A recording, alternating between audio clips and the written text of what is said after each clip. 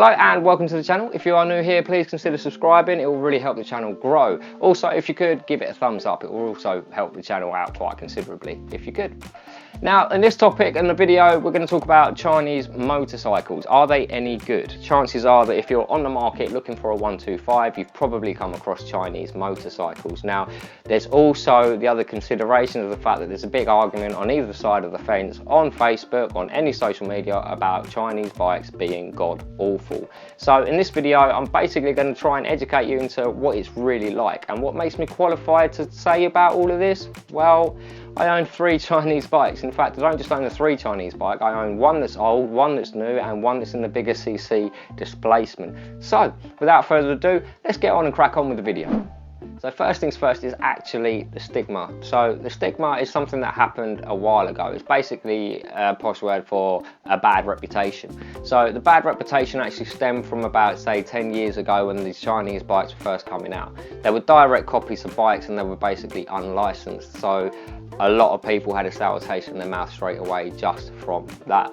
The second thing to note was that the materials were lesser quality. The plastics would basically fade in the sun, and they'd also get rather brittle and then just break.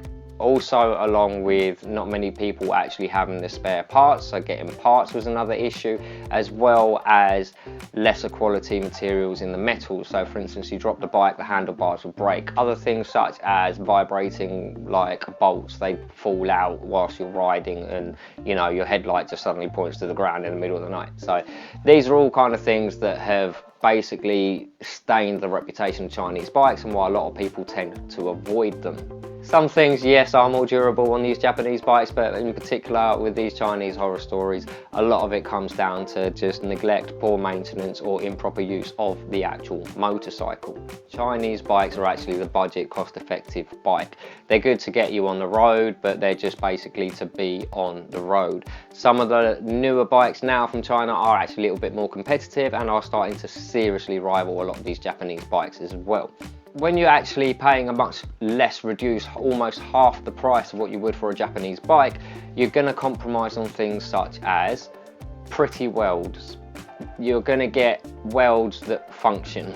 They're not necessarily the best weldings in the world, they're not the prettiest welding in the world, but they're just strong welds. It's basically, again, in a sense, a quality check item, really. It's just you pay for what you get. So yes, it will do the job. Is it super pretty and refined as you would find in a Japanese bike? Not really. But again, it's not really the end of the world. Not everybody really cares about what your welds look like. The next thing to note is actually the qualities of the plastic. They are getting better each year. I'm not going to deny that. They are actually getting better every single year. However, it is a case of they always do still feel a bit too plasticky. You can tell that they're a lower quality plastic, so to speak, like just the feel of it is a little bit more cheap and tacky. This also runs on through and is still quite true as to the actual gear levers and the handles and all your buttons and all of that kind of stuff. Furthermore, it's also down to your handlebars. Now this one's actually a horror story that I've heard. I dropped the bike and, you know, the handlebar totally bent and snapped. The reason being is because they actually kind of shave a bit on the budget there, and what they do is they make slightly thinner handlebars. They're still stiff enough for you to hold, however they do not take any kind of abuse. They will snap at the first drop, or if you just, you know, were so much as to slide it down the road, don't expect it to be straight. So yeah, I'm not going to lie, the Chinese do copy. But then again, everyone keeps thinking they copy without the consent of like the manufacturers. Well, that's actually untrue. So for instance, the Sinus Apache is a copy of a Suzuki DR125, which actually came out in 1985. The R&D, which is the retail and development, was obviously a long time ago, and basically nobody wants that old tech. Especially when you're a pioneering company such as Suzuki. You have a reputation and a brand and you need to stay on top and competitive. However, this old technology is still useful. So what do? They sell the licensing agreement to make that extra cash out of something that they've already milked. That's the only copying that they do. Obviously, this is somewhere else where it ends up having a slight impact. Now, the reason it has a slight impact is because it cannot be a direct copy, and it cannot be more powerful than the original copy of what it was. So for instance, if you were to get a Suzuki GN125, the Suzuki engine has a different piston with different valves, and the reason for that, higher compression and slightly more horsepower. So one of the first things that you'll find with a Chinese bike is that they are just that touch underpowered, and by a touch I mean not even 0.5 to 1 horsepower at the max. Next thing is with the looks as well, they actually tend to make them look slightly different. So with the Chinese, they try to mix a bit of every other single bike going, and then they sort of jumble it all together to make something that looks pretty. Or basically they grab the best bits of everything to make the prettiest child, if that makes sense. However, sometimes with the Chinese, they're not very Western, so they kind of get it wrong, which is why the Sinus Apache at first sight isn't the nicest looking supermoto, especially when you compare it to something like a Suzuki DR 400 or, you know, the CRF 450s or anything that's basically in the Japanese. However, it doesn't mean that you can't remedy it, as you'll probably notice with my Sinus 125. I've actually done quite a lot, and I do have a build series on that, so if you want to have a look at that, it will show you how to basically update it and bring it into 2021. The next other comparable difference is actually the weight of the vehicles. Now, obviously with the Japanese, they're trying to make them into performance, they're trying to give you the best power to weight ratio, and that is effectively what you are paying for. You are paying for more performance, you are paying, well, basically for the top performance of your license of a 125, and to top it off, you're actually paying for better quality and also the lightness. So a lot more money has been spent into making and developing that motorcycle, which is why the price tag is actually a lot higher.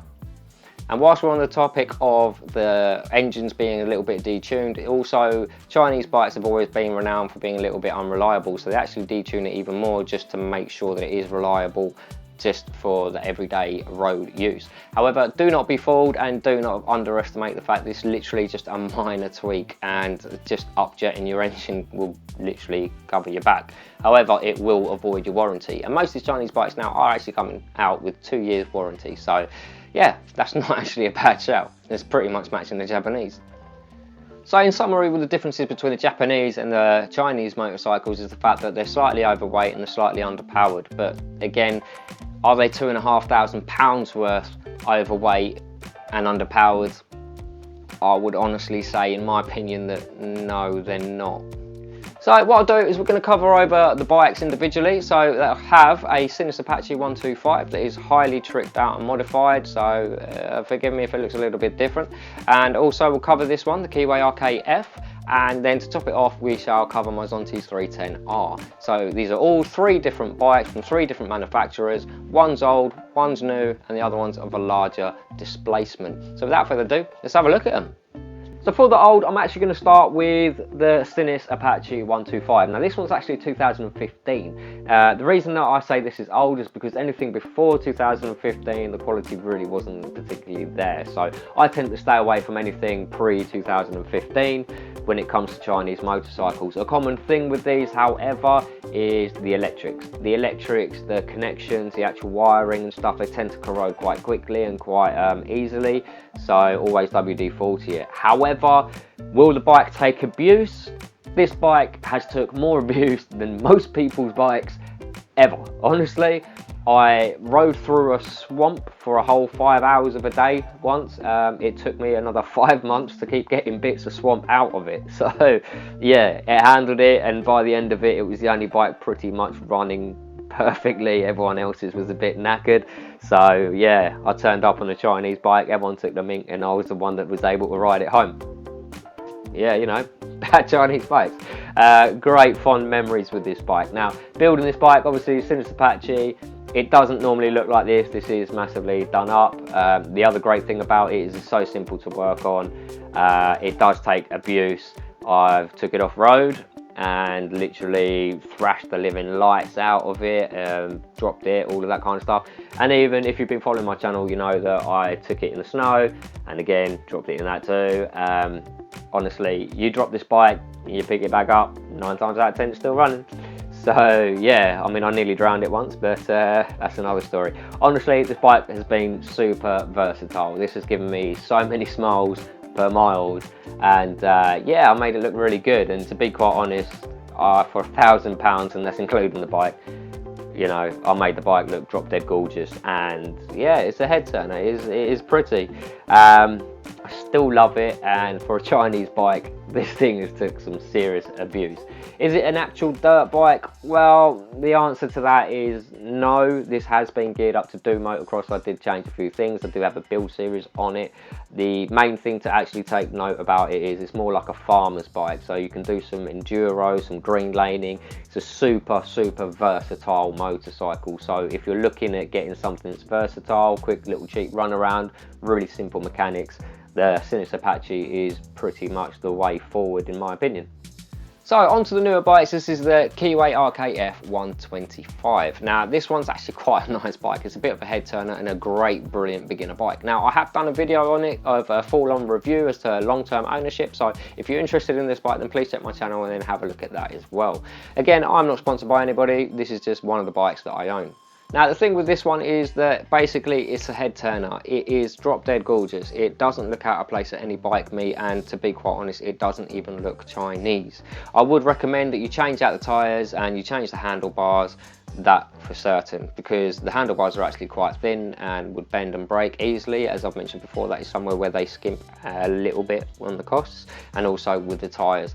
But again, if you do those two things, it's not going to cost you much at all. Maybe an extra, what, 200 quid at the most, which still comes in way under budget compared to a Japanese bike. It does feature things like an LCD dash display. It's still got the combined dual braking system. It's EFI. It's all full LED. It is totally up to date and on par with Japanese bikes that you get in the showrooms. And honestly, the build quality and even the plastics aren't actually that bad. It's not something that I would be very ashamed about, and to be quite honest, as I say, hardly anyone even realises it's Chinese until you see the brand Keeway on it. Also, it's actually one of the things to mention is that the spares and the repairs and the parts and everything and the maintenance that you're going to need with one of these bikes, this is more of a common 125, and actually the parts are very easy to find, source and get. And the other thing about them is because they're a Chinese motorcycle, the parts are very cheap to also get. So you're not going to be spending like £25 for a wheel bearing. It's something more like 12. It's not expensive at all. And again, it's not that they don't last much longer or there's a false economy behind it. It's just that the Chinese are manufacturing it a lot cheaper. So what we'll do now is we'll actually jump on to the next bike that I've got, which is the Zonti 310. Now that bike is very impressive, but it is on the large displacement, and they do actually have one in development at the moment, which is an 800cc triple, which when it comes out, I'm definitely having a test ride on that. So this bike is my Zonti 310R. Now it's a 312cc liquid cooled double overhead cam 6-speed. It is basically everything you want of a big boy bike. It is a single cylinder, so it is definitely a thumper. Now with the Chinese bikes, a lot of people tend to think, oh, you know, they're not very good or they're copies of something else. Zonti's, however, is a brand that is an innovative brand, so these bikes are their own basically. They do have an 800cc triple that is in development. Honestly, that is going to be looking awesome. I've seen a couple of the draw ups and I spoke to them, and they have got an 800 in development and on a dyno, so there definitely is something coming in the future. As for this actual bike, it's 35 horsepower. It is quick because it weighs 163 kilos wet. Now, to give you an idea of it, it might be 35 horsepower and in the A2 license, but the power to weight ratio of it actually bumps it into basically the top end of your A2 license. It will keep up with the Ninja Z400 all day long. Literally, it's pretty nippy. As for the styling, well, the styling is very much a mix of everything that is out there that everybody loves. So, for instance, the Z1000 influenced petrol tank and the Ducati sort of rear end to it. Again, with the specs of this bike, it is seriously unreal. It does have a KTM Duke 390 rear swing arm, which, to be honest, is okay. I don't like the tensioning adjustments on it, and I actually moved the number plate up. So since the last video that I did, it's slightly changed. Mainly, the one thing that I would say with this bike is that everything on this bike is a special feature. And the reason I say everything is because your levers are adjustable and they match the rest of the bike. Even your actual buttons, they light up as well. So again, it's a nice added feature. The mirrors are actually pretty decent. They fold in and out, and you kind of get some like ball horns at the front of it. But again, nice finish on them. They're decent, they work, and they're not ugly. It's got upside down front forks, which again, a lot of these Japanese bikes, you know, you take a look at the MT-03, you take a look at the MT-07, the Z650, all these bikes are still not running upside down forks, and me personally, it's just, you know, I'm a bit of a tart when it comes to it, but again, this 300 has them. It also comes with ABS, a Delphi atmospheric EFI, so the electronic fuel system as well, is basically it registers what air is in the atmosphere and it'll remap the engine there and then to do it, so that's another bonus. Obviously safety features as standard, so if you're in first gear, you try to turn the engine on, it's not going to do anything. It does make you think you broke the bike a couple of times though. The other thing as well is it's a full LED and also keyless.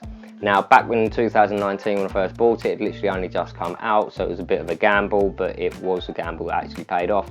This bike, honestly, gas compressed rear shock, ABS on both front and back, anything on this bike, even the exhaust pipes are actually cool to the touch, so I can go flat out all day long and then touch the exhaust pipe and it's cool. It's, you know, totally fine.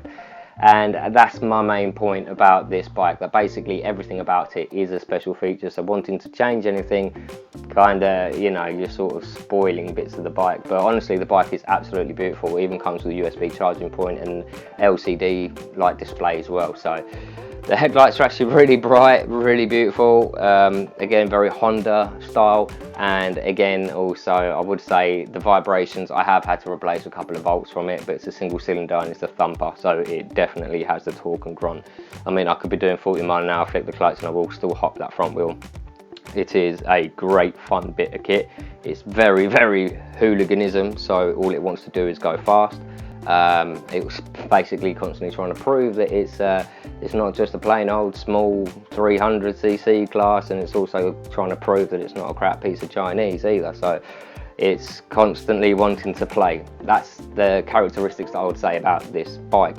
Other bikes that are actually out there, so for instance the CF Moto, they actually have a 300cc full-fed race bike now. Not sure if you can get that in the UK, but obviously Sinis have done the Terrain 380, Lexmoto LXR is now in the 380 as well. The A2 class motorcycles are now starting to really come in development, and Zontes is well ahead on that as well. If you aren't aware of Zontes, they used to do these horrible looking bikes, but now their 125 range is seriously something to consider. And again, this bike is partly one of the biggest players at the moment in the Chinese market that are starting to seriously dent the Japanese and also to seriously dent the stigma. These bikes are not what they used to be. They're becoming very high tech, they are becoming very well finished, and as I say, even with Zontes themselves, they're actually their own brand, starting to do their own thing. So even though they've got the swing arm off a KTM Duke 390, the newer revised model is actually a single-sided mono arm. Like, you know, when do you see that on a 300? Last time I saw that on such a small displacement was probably the Honda VFR 400. So yeah, we're talking, they're seriously not reinventing the wheel, but they're definitely making big changes. There are other brands out there, like as I said, CF Moto, they have the NK650, which is effectively redesigned by KTM's designers, but it's a Kawasaki ER6N underneath. So it's basically a Kawasaki ER6, but it's just dressed in drop dead styling. Unfortunately, that didn't come with upside down forks, which again is one of the reasons I didn't get it. But it's a slight little bit heavier as well than the original, and again slightly less powered. But honestly, Chinese bikes, whether you like them, whether you hate them, maybe you love to hate them, they're here to stay. In fact, they're here to stay, and they're definitely going to be competitive and rival. Like at the moment, the A2 class motorcycles, there's a bit of a big market for it. The 125s are becoming very dominated by the Chinese brands, and the Chinese brands are starting to seriously pick it up and start making bigger bikes as well. I would say that in the next possible 3 to 5 years, you are going to start seeing some big boy bikes in the A license categories. basically there's going to be a lot more coming out in the future.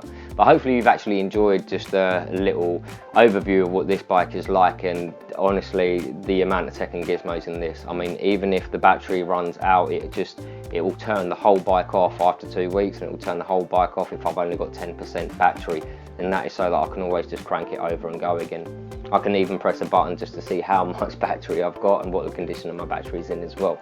So again, it's a 300cc, stuff you wouldn't expect to see on it, and honestly you wouldn't even see that kind of stuff on most 600s that are coming out even now, and this came in at a whole £1,000 cheaper than a Yamaha MT-03.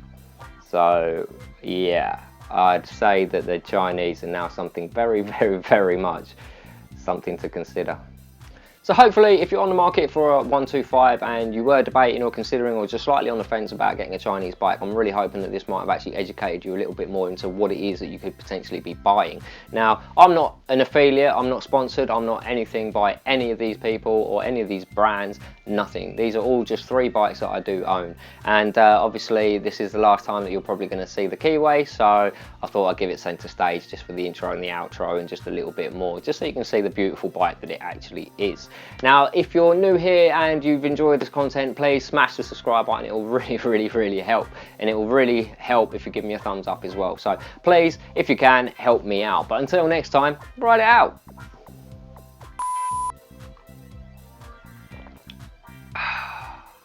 It's been a long week.